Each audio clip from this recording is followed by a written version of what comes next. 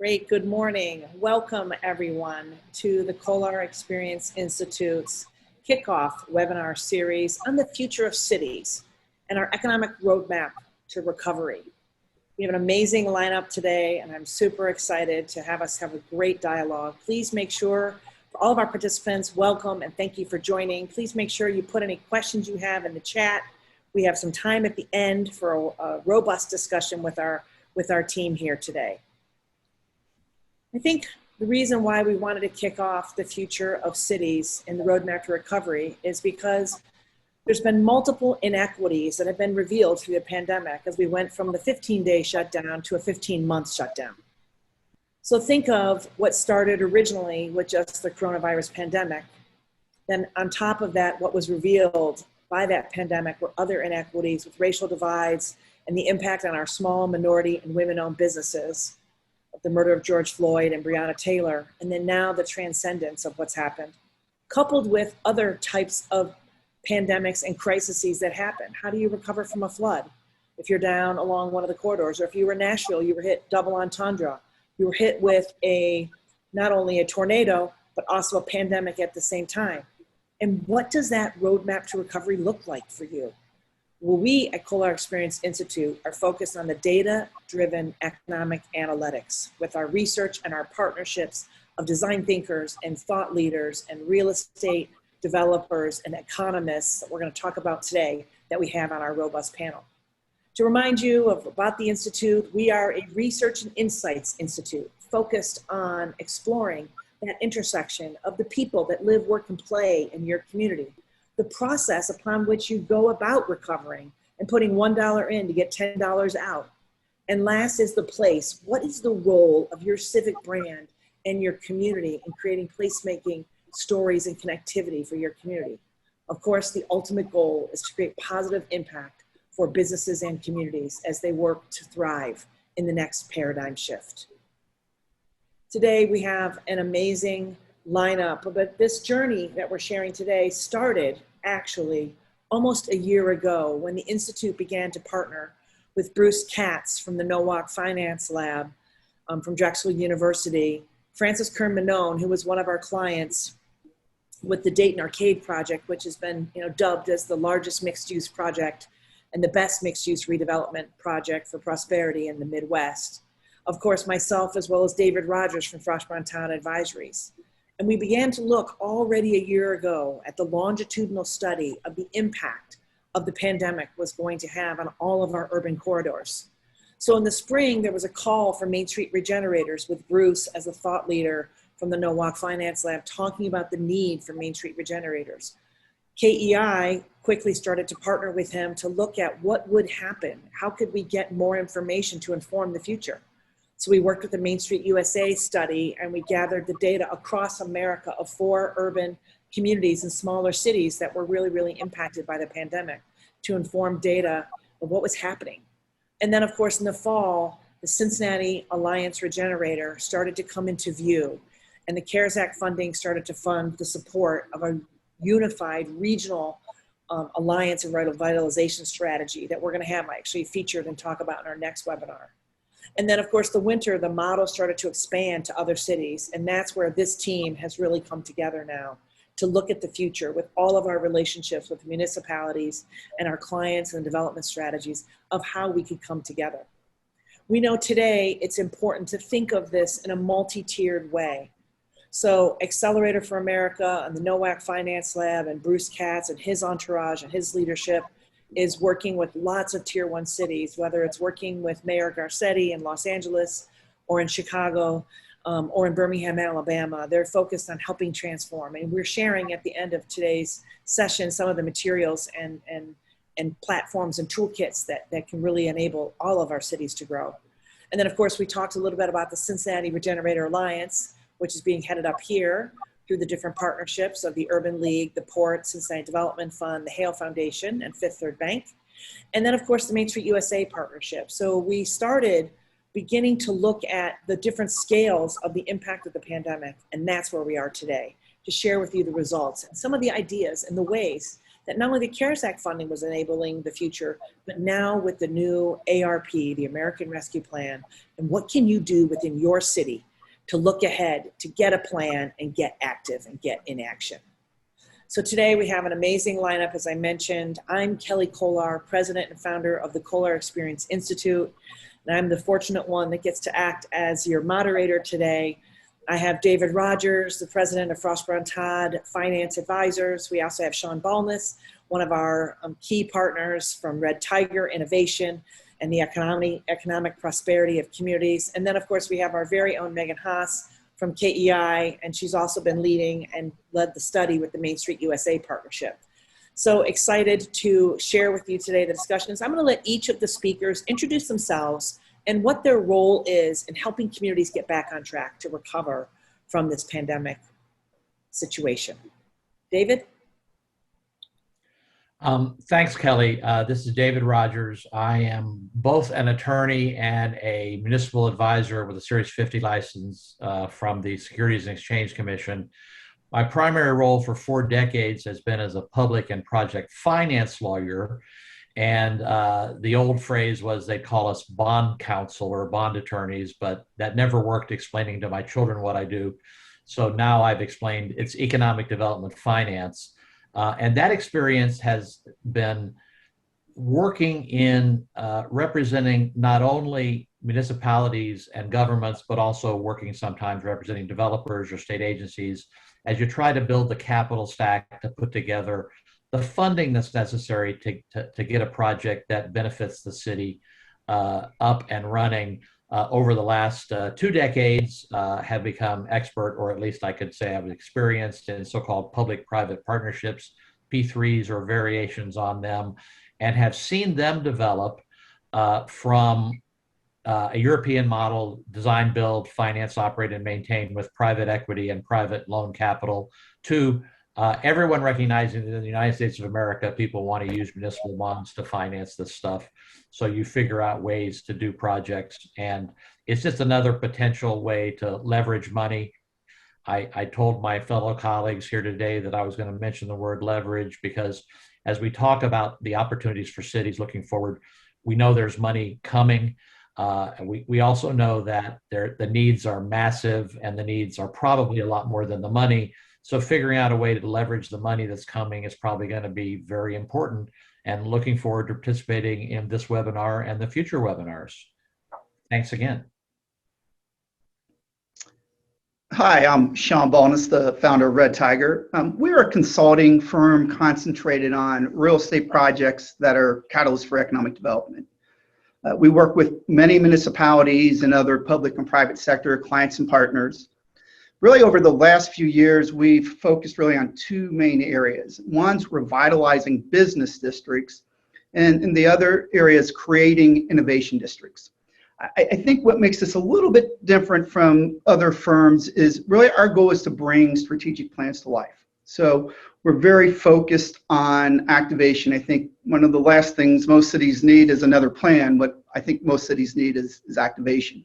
So we really make an effort to concentrate on that. Most recently, we've been partnering with Kolar Experience Institute to really understand the impact of COVID on both of these types of districts. And I really look forward to discussing and presenting today. Thanks, Sean.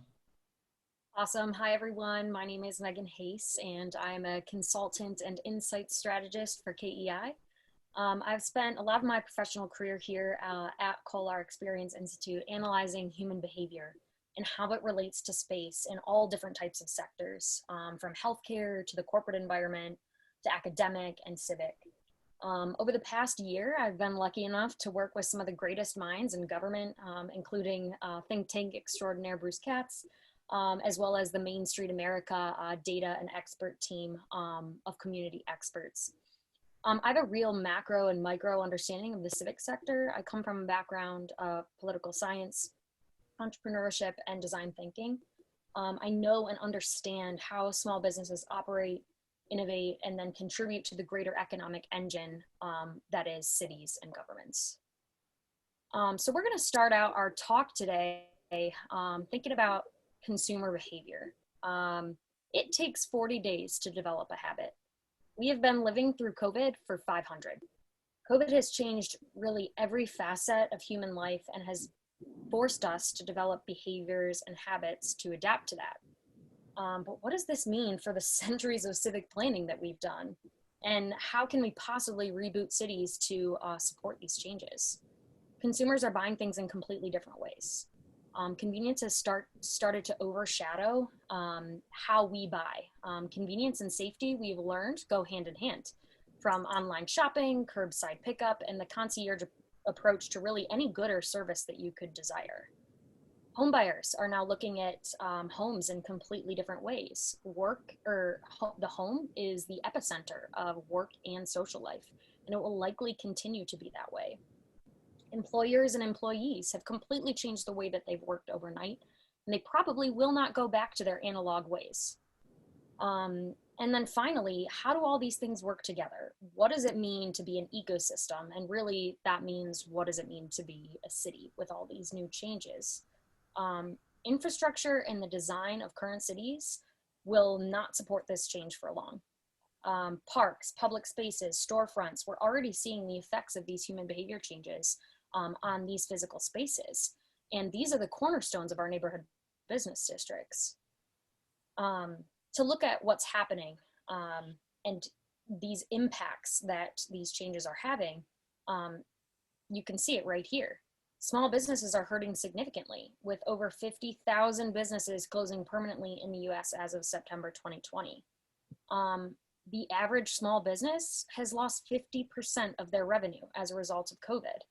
And if we take a deeper look specifically at the restaurant industry, the restaurant industry ended 2020 with total sales $240 billion below their pre-pandemic forecast. Physical interaction and safety concerns have completely swept this industry, forcing a much needed innovation in the way that we access our restaurants. There's been a huge tightening of pockets and operating margins in the restaurant industry. There's been a reduction of jobs by 20%. And when that makes up 10% of the US payroll, that's 2% of the nation's entire workforce that's just gone. Almost half of the restaurants have adopted some sort of technology model or some sort of business model to support the expansion of their full service model beyond just their retail storefront. They've started to streamline their offerings, reducing inventory, providing greater accessibility to their company and to their restaurant. And that means essentially they're starting to innovate to adopt to these new behaviors. So what does that mean for physical space? Well, they're starting to innovate out of it. There's about 280 million square feet of vacant retail space in the US as of Q4 2020. And that is a result of these impacts of customer consumption changes, business model changes, et cetera. It's all impacting physical space. In Cincinnati and Dayton, 41% of that vacancy is concentrated in neighborhood business districts in these second and third tier suburbs. And really, this is all a precipitate of one huge event, one big statistic, and that is the reduction in physical interaction in physical spaces. 57% of the people that you used to encounter on a daily basis are gone. This has huge ripple effects, right? It has caused feelings of isolation and anxiety, and all of these will have consequential behavior shifts as well. So cities can't recover on their own. Since January 2020, $932 billion have been provided in small business loans, but loss still continues. 30% of small businesses still remain closed. 44% still remain below operating and revenue capacity. 53% expect that it'll take at least 4 months to get back to normal, if at all even possible to get back to normal. And really, Washington has stepped in. Washington has supplied the dollars to save these small businesses, but it's local leaders that need to supply the strategy. With this influx of money comes a lot of planning that no one has planned for. What should this money be spent on? In what order? Do my existing plans still prevail? Do I have new priorities? And how do I even support small businesses, and what do they need? Well, and really, how much time do I have to figure all this out? With everything else on their plate, this becomes a huge dilemma for city managers and municipalities. And now David is going to talk a little bit about helping us understand the implications of all these questions and maybe even possibly how to answer some of them. David? Thanks, Megan. Next slide, please. And next slide. I was going to just let this slide be up here because it has a nice big fat number in it, 350 billion, but comment on something that Megan had said, which is the $240 billion lost in the restaurant business. I will mention later that there are some competitive relief funds available in the American Rescue Plan Act, and one in particular that I'm just looking at is the Restaurant Revitalization Fund of the Small Business Administration. This is the brand new money this year. It's 28.6 billion. And when I look at 28.6, it's more than 1/10, but it is not going to attack and eliminate a $240 billion lost revenue. Obviously, there was CARES Act money last year and other money, and some of the general money that's available may be available, but the shortfall is so big that thoughtful planning is needed, as Megan just mentioned. We were going to give you a look, if you look at this slide, a little bit of background to the effect that there's a big $350 billion fund, which 219.8, I don't know why it's split that way, and 130.2. The bigger number goes to the states for distribution. And so your particular state's going to get that money and decide how to distribute it down to local communities or possibly keep it state agencies. This is the same way the CARES Act money was distributed last year. Then 130.2 billion to larger municipalities, cities, and counties, which has left out some of our smaller communities, like in Ohio, smaller townships. Now, what's interesting about the general fund is that it, in fact, is money that is available for economic development purposes, but most people don't know that. I'm remembering a memorandum we had prepared at the law firm where I am a partner and member, Frost Brown Todd, that monies distributed through the fund, either of these two funds, the total of 350, must be used to respond to COVID-19 or its negative economic impacts. And so that includes assistance to small businesses and even nonprofits, and to aid impacted industries. And there are examples listed in the Act, but there's not limitations at this point, subject to future regulations. Also respond, to the money for workers performing essential functions during the pandemic, replace revenue that was lost by municipalities, and make investments in water, sewer, or broadband infrastructure. Going back to the beginning, it's not widely publicized, but if there's a negative economic impact that's been affected by the pandemic, you're going to find that the American Rescue Plan is going to provide some money that a city could choose to segregate and potentially use for some of those economic development purposes to help small and minority and women-owned businesses that are really struggling. In addition, there's the Capital Projects Fund, $10 billion for particular capital projects, Small Business Credit Initiative, another 10 billion, and then Economic Development Administration, which has always been around and part of the Department of Commerce and has had money available for different projects, but they've got an additional 3 billion. Next slide, please. To repeat this, the big fund, the $350 billion fund, to mitigate COVID-19 or its negative economic impacts. That at least generates a question for each person who's attending this webinar to ask an advisor or an attorney who's experienced in the field.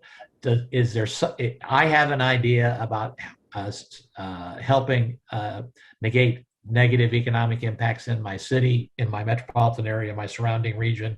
Can I do this? So I view it as a decision tree where you come up with ideas as to what do I want to do with this money, and then you ask whether or not it's going to be permitted under the Act. We do think the regulations and the administration of the Act will be a little more economic friendly than it might have been under some past administrations, but obviously no guarantee as to how you can use the money. But in addition, you can replace revenue that was lost or delayed as a result of the emergency. And then what you can do is you can free up other revenues. Next slide, please.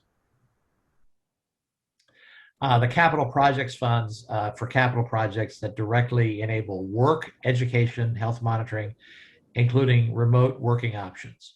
And so work and education are very, very broad terms. I'm thinking of the Dayton Arcade project mentioned earlier that our friend and colleague Francis Kern-Manon was involved in. I originally grew up in Dayton, Ohio.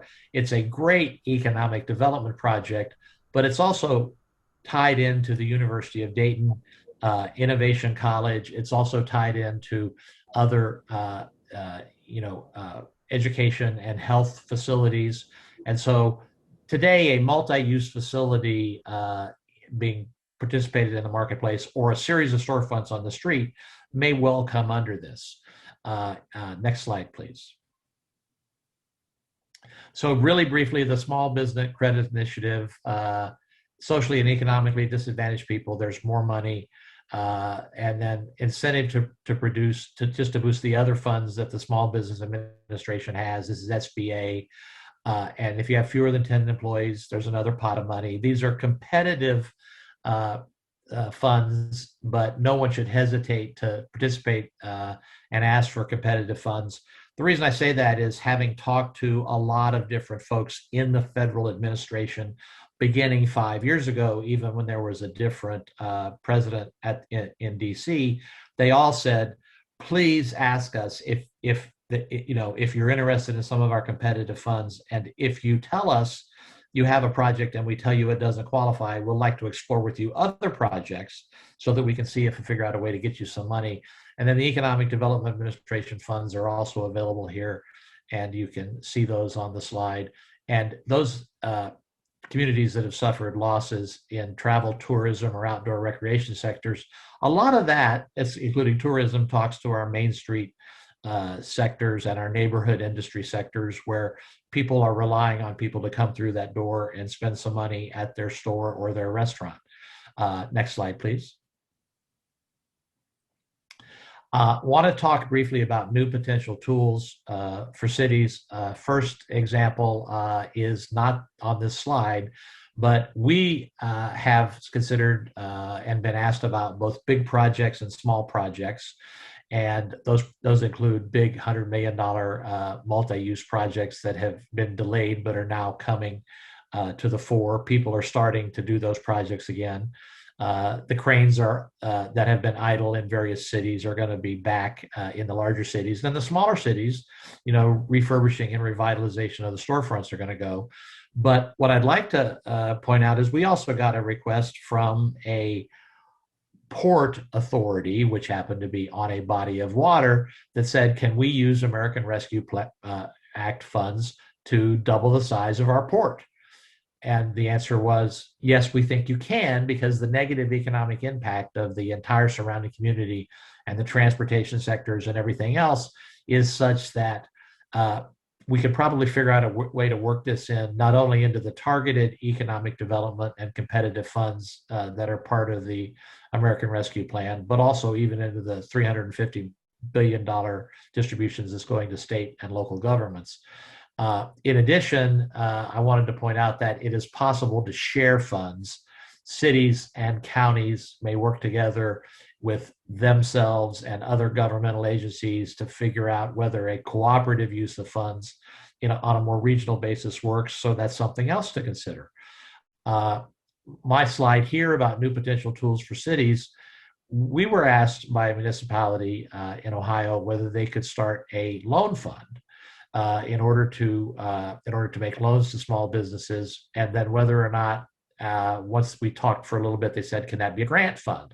And we said, we believe it can be both, and we believe it could even be a little more complicated or sophisticated, if you like. It could be loans that, based under certain circumstances, you forgive and they turn into grants.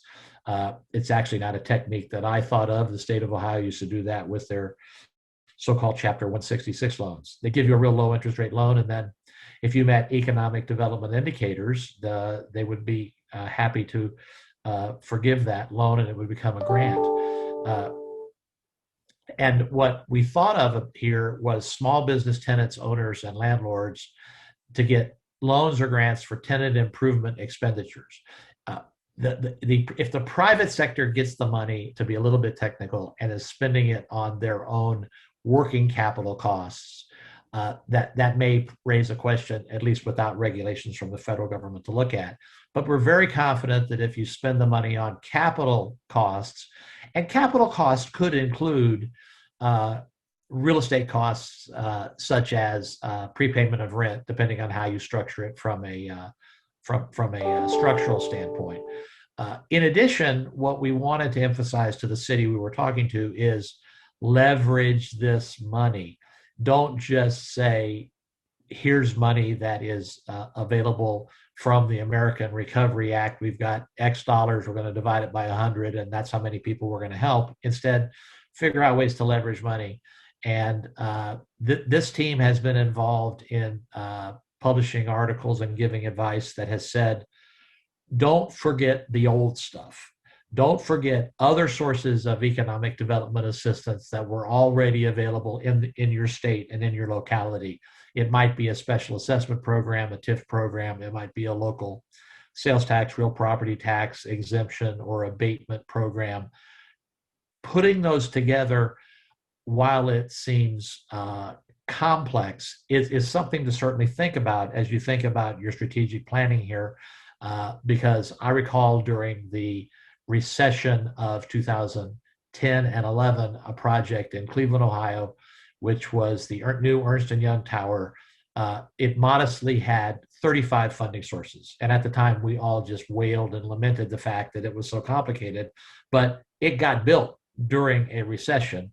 And so as we come out of this pandemic and recession, the amount of money that the American Rescue Plan Act has distributed seems like a lot, but by every real economic measure, it's not a lot. And so we need to plan on how we want to use that. Our purpose here today is just to briefly introduce this. That's my purpose, at least. And we're looking forward to the future webinars and any questions you may have today or anytime after this. I think that's my last slide. Great. Thanks, David. Can we go to the next slide? And I'll start talking about, piggybacking off of David, potential ways to really kind of leverage the ARP money. You know, the ARP coupled with the state and federal incentives really present municipalities with a once-in-a-lifetime opportunity. And because of this, municipalities need to start putting a plan together now. In a lot of ways, the funding has the ability to level the playing field for localities that might not have had the resources in the past for planning. It's also important to remember that while localities will receive 2 ARP disbursements over a year, you have until the end of 2024 to spend all the funds. So you really need to think about how you can best leverage those funds through 2024. Obviously, the first thing most municipalities need to do is an assessment of their operating budget and how the ARP dollars can help mitigate any shortfalls. But I strongly recommend not thinking short term, but how you can maximize these dollars over the long term. The second thing I highly recommend is analyzing how COVID has impacted your businesses. Any strategic economic development plan created prior to COVID really needs to be updated with this data.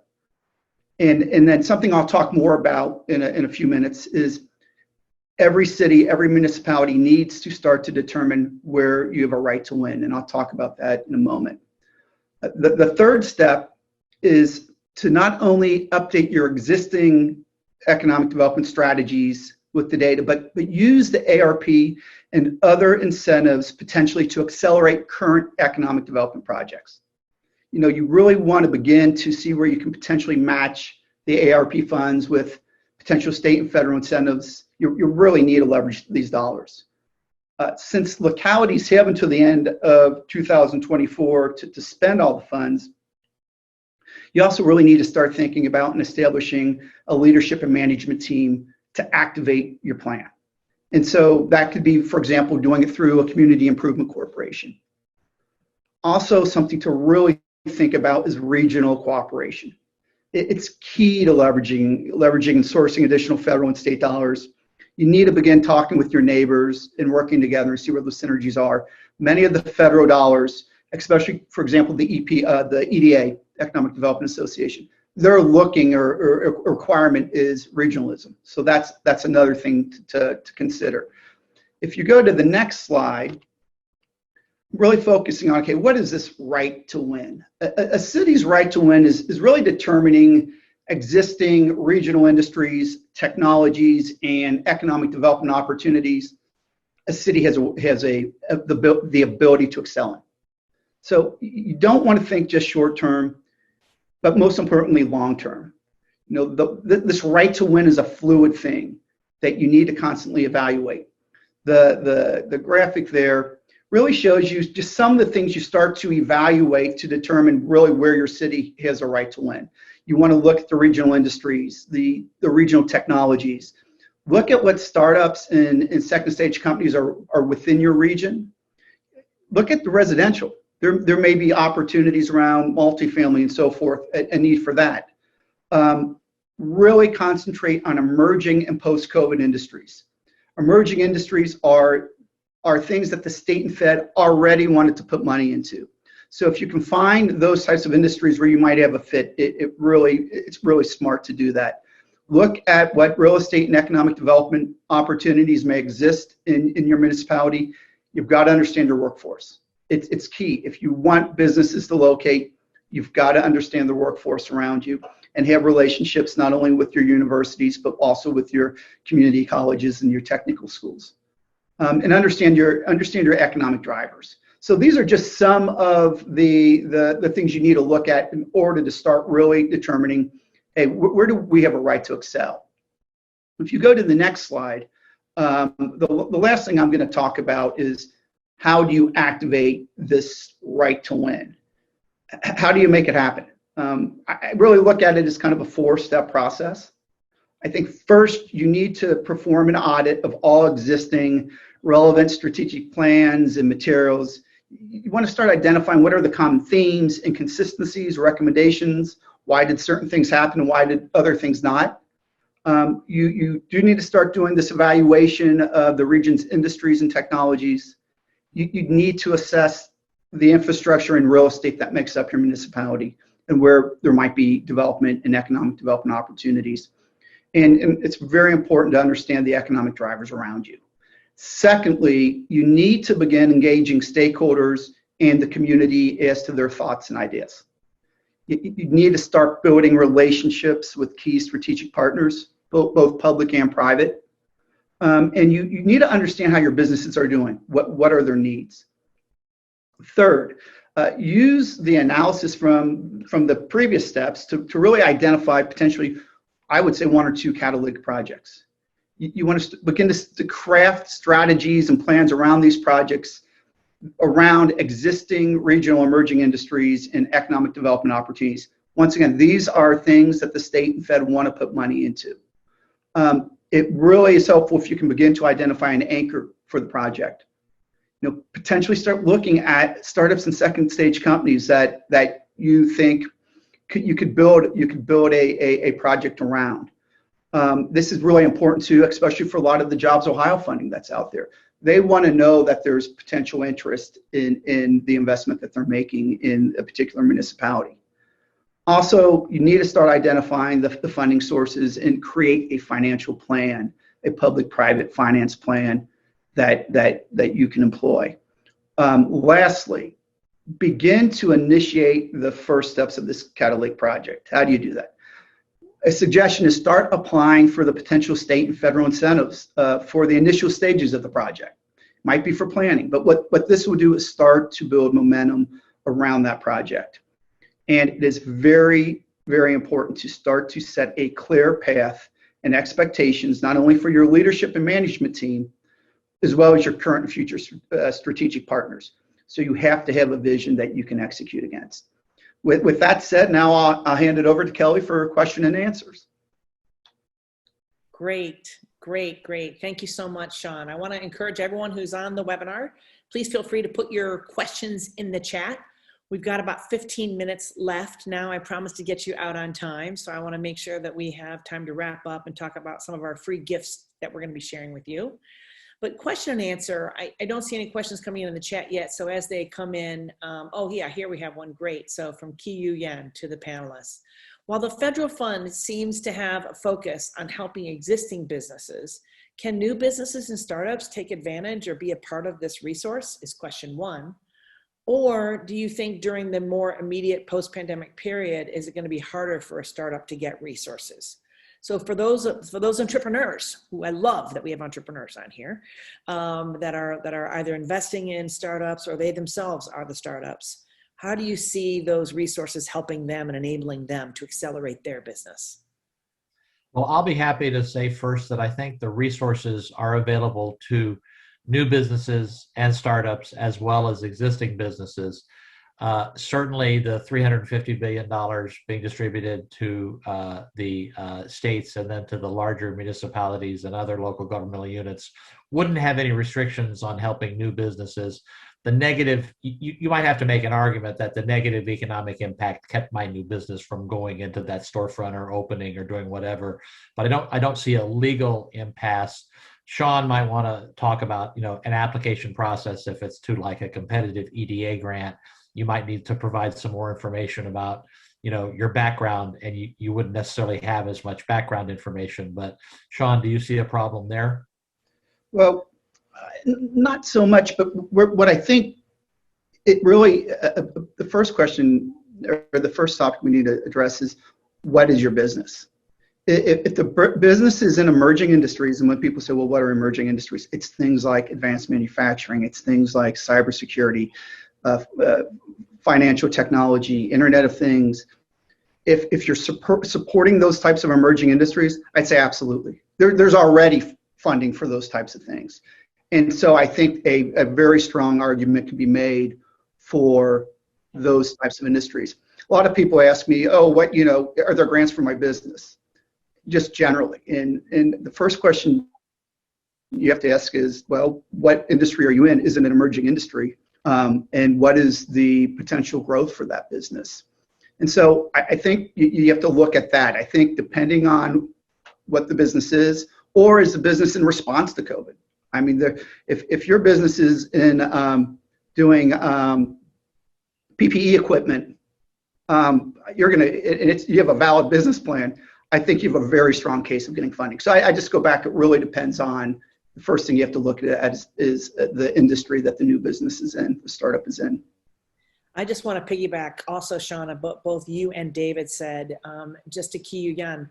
So two things. One is, if you've already just done your business and it's a startup, even if you don't know if it's a high need or it's a new IoT or it's a new technology-based business, maybe you know it's a good idea and you started out, but you still want to see where you can connect and how you can learn more about your business. There's two excellent resources that I'd like to direct you to. So depending upon if you are potentially a minority or a women-owned business, there's the Women's Business Enterprise Network, which is wbenc.org. I'll pop that in the chat in a minute, so you can see what kind of opportunities there may be for you if you're a women-owned business. There's a lot of big initiatives and grants for also minority businesses today, Black and Brown and Asian businesses as well. So depending upon what your classification is, not only what your NAICS codes are, which is what you do on the innovation side, which is what Sean was saying, but also then on what is your status as a business owner. The SBA.gov also has great resources for you.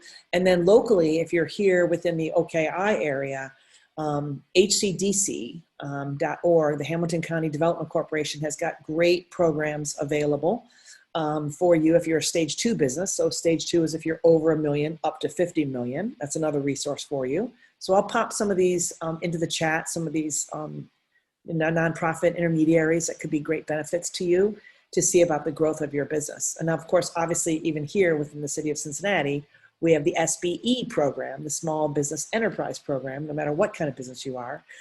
There's access to diversity spend, there's access to procurement, there's access to training and development. There's a lot of money out there, as well as programs and educational things to help you grow your business and get access to those funds. And then lastly, just to add, is if you are in the technology space, obviously Centrifuge, as well as CincyTech, as well as even angel investors. There's a lot of venture capital out there private money and private dollars to invest in your business to help you accelerate your growth. So for sure, we're going to see an explosion of innovation on new businesses, and small businesses and startups are just as valid at getting funding today, and there's a lot of access to you.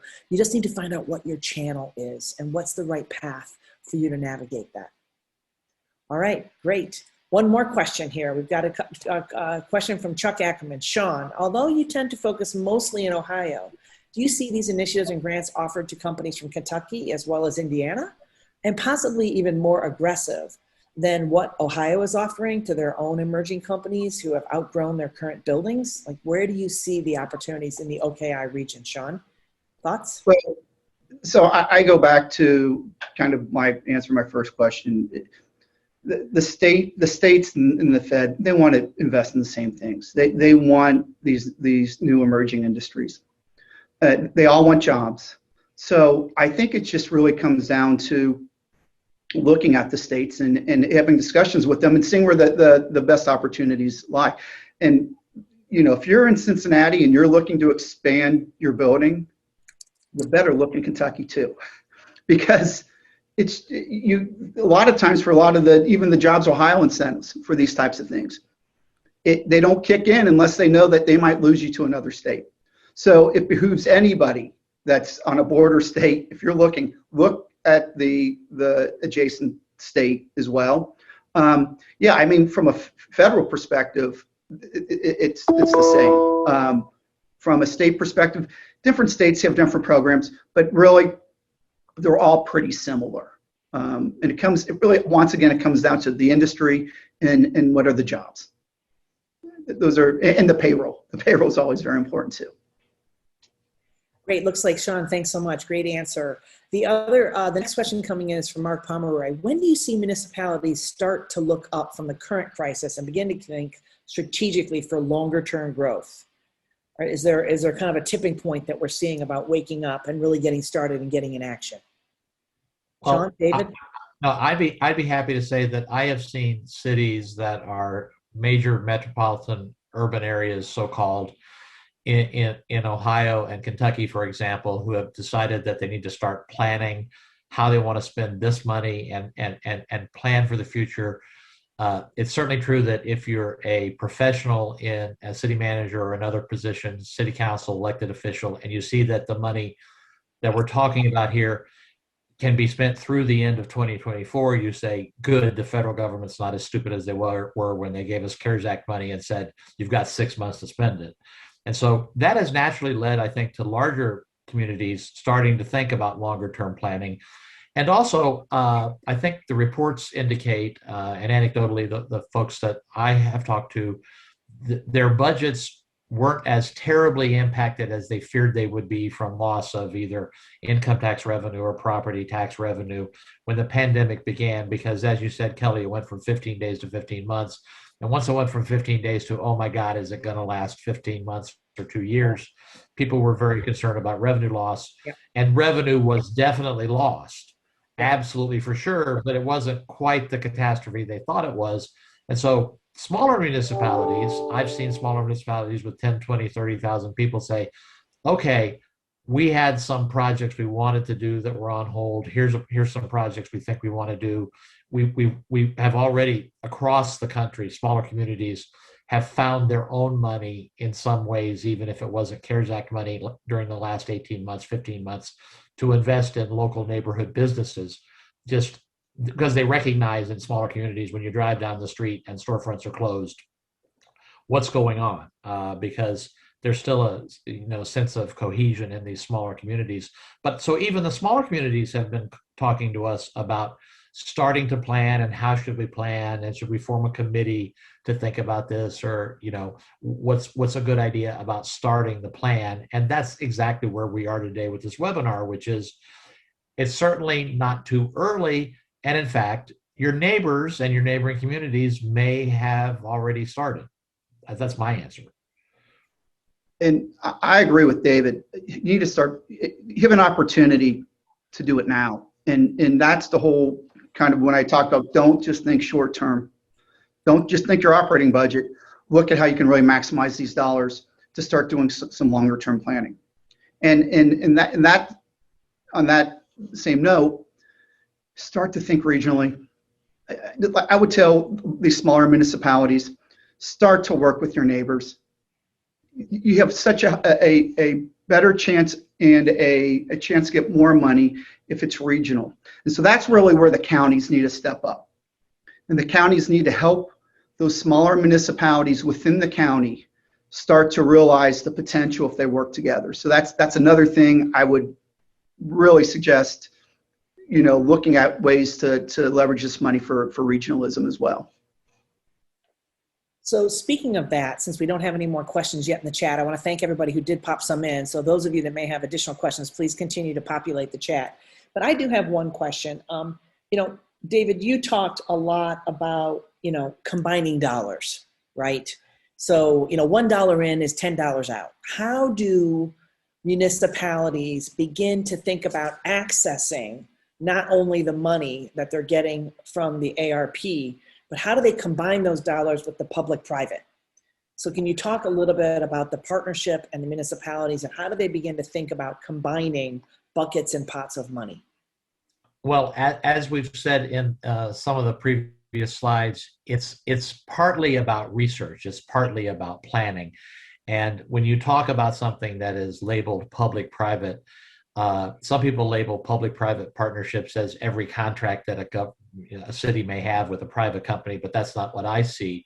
What I see is where there's a willingness of the private sector to invest expertise and capital, not because they're hoping to hit a home run, but because they're hoping to participate in a project and get a steady and fair stream of income out of that project. And so the first step is communication, just like in real estate, it's always location. Yeah. It's communicate with the local business community and the regional, state, and national business community and say, we're open for business. We're interested in knowing what projects you might want to participate in. And this, obviously, you have the folks that you are already your citizens, the storefronts, the businesses that are already there, the developers that are already in town. But it's really reaching out and saying, who has a project they would like to do and how can we help? And I think there's certainly been a turn more than a decade ago where most elected officials now recognize that jobs and housing are the two biggest things they have to worry about. And if they can do a project that creates jobs, then they can also find potential resources for housing and workforce development. So not to be too trite and true, but it's gather more information and say, we're willing to help. How can we help? Because some of the resources that we're talking about leveraging American Relief Plan Act money and other monies have to do with a law in a state, and I've done this in multiple states, where there's a project to be built and a project to be helped, and you want to create infrastructure. Maybe it's public, maybe it's private, but you have to name the project, and the legislative authority, which is usually the city council for a city, has to determine that it's worthwhile to tax, divert money with a TIF, provide certain resources such as revenues or guarantees from the municipality, and figure out whether that's actually good for all the citizens. And a bad example of that, but I think of it as a good example, is in Columbus, Ohio, the Major League Soccer team, Columbus Crew, has a new $350 million stadium being built, and the city contributed a lot of public infrastructure, but true public infrastructure, right. Roads and bridges and stuff like that. And the state, through grants and Jobs Ohio programs and others, contributed some money because they knew that the economic development impact of not just the stadium, but the probably billion-dollar mixed-use development that'll happen in the next 10 years near it is important. But the county was asked to contribute money, and the county was advised by a very sophisticated investment banking firm in New York City that you're going to get a lot more sales tax revenue. We've done a quick and dirty study, and the county said, nope, we're going to get a tenth of that. So, right. You put us in your capital stack at $50 million. We got $5 million. Yeah. It was a very no, it was a very bad meeting. But what happened was the county said, we have discretionary money that we can pledge subject to appropriation. And once you went through a complicated public finance issue that leveraged that money, it produced $54 million. And so the initial ask of the city of the county here couldn't be responded to because it was the wrong ask. But people thought it's a good project, so we're willing to go forward. And as for on a smaller scale, I've seen that in small cities where $5,000 loans have been made to reopen storefronts. So more data, more communication, ask people what they want to do in your city. That's exactly what I was going to ask you. You know, we're not always going to be building, you know, the Columbus Crew stadiums, but right. They're more once in a lifetime moves. Although this ARP money is also a once in a lifetime move for all of our cities right now. And so I love that idea that you just right sized it down to municipalities, right? No, if someone wants $5,000 because that's what's going to keep their store alive, their restaurant alive, their bagel shop, that's worth considering in addition to projects that are bigger. But in addition, as we said earlier, and Megan emphasized this, demographics are changing. And so what is our community going to look like? And I just wanted to mention that a lot of studies, Bloomberg City Lab and others say that the office market's not going to collapse. What's going to happen is it's going to get revalued and people will still need office space, but they're going to need more space. Again, to reference the arcade project in Dayton, you've got the University of Dayton putting students into the building. Well, for safety purposes, they need more space so the students can be farther apart. So nobody's going to tear down all the office buildings or stop building office buildings. New ones are even going up in various locations. But the inside and interior of them is going to look different, and maybe, you know, the dollar value is going to look different. Right. So it's all a question of what is needed in terms of resources and workspace by the people who are in your community. So I love your answer because you gave it really for everyone who's on the call, whether you're a city administrator, a new business owner, a developer, or a real estate partner. It's always going to be, the answer is always going to be about, it depends on the situation, what you're trying to build and where you're trying to go with it. But more importantly, it's about communication and about building new partnerships and building new relationships. So it's about reaching outside of your borders, or as I call it sometimes with my developer partners, let's look outside of the dashed line of the project border and let's see what else is possible. I think Columbus, where you're situated and based, has done an amazing job, whether it's the arena district that we worked on building 20 years ago, or what we've done with Ohio State of transforming and connecting the dots, literally, and the financial pots of money so that $1 in gets $10 back. So everyone on this call needs to think about reaching outside of your project or of your proprietary area or of your municipality and think about how you can combine dollars to get a bigger win. And I think that right to win is what this team is all about. And that leads us to kind of the wrap up of our webinar today. We are actually forming a new collective of the thought leaders that are here on the call and on the webinar today of a Right to Win for Cities initiative. We are going to be publishing a new website that will be launched next week. You will all get an invitation as a part of that. And we're going to be publishing all of the resources, all of the guides, all of the work from Bruce Katz, our partner at the Milwaukee Finance Lab and the Genius Thought Leader around regenerating our cities and our communities. We also will be publishing white papers from each of our companies. So I think that I want to make sure everyone knows to be looking on lookout for this new Right to Win Cities initiative and the collective. We are also going to be doing 2 gifts as our free giveaway to each of you as well. We have published that we'll be sending out a white paper downloadable link, the rescue plan guidance resources. So all of those websites and all of those resources will be coming from the NOWAC Finance Lab guide that we're going to be sharing with you and your city.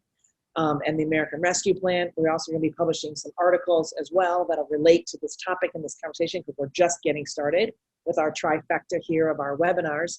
And then last is we will be giving a free 30-minute consultation with anyone on our team of our consultation to work with you and your municipality to answer those questions. So feel free to reach back out to us. We'll be sending that out as a link to everyone. I know that there was one more question, one burning question, since we still have 2 more minutes before the time is up. Sean, they were asking about in the webinar that you mentioned the EDA. You also mentioned another resource for people for economic development. So let's make sure to include that in the chat of any federal sources for grants that you noted. And I know there's like the transportation enhancement grants or also maybe other federal grants. If you want to pop some of those resources into the chat for people to be able to copy, but we'll be sure to include those in our follow-up email to you, a listing of all of the resources that we talked about today for each of you, administrators or developers or partners that are here today, to be able to link into to see where you might be able to find those resources. And of course, again, that 30-minute consultation, we will make ourselves available to be able to answer any questions about for you and your city or you and your development. So I want to thank everyone. I want to thank my great panelists for an amazing discussion today. Thanks for kicking off the Right to Win. And our future and our next webinar will be on Thursday, May 27th at 11 a.m., where we are going to be talking specifically with our municipalities, because we're already working with 5 cities right now on their right to win for their cities and how they're partnering regionally. So we'll be featuring those municipalities, the projects, and the city administrators on the webinar in our next one. So please sure to visit back, visit often, visit soon, and we'll look forward to seeing you next time. Thank you, David. Thank you, Sean. Thank you, Megan, for the great leadership you provided today. Looking forward to our next webinar. Thanks again.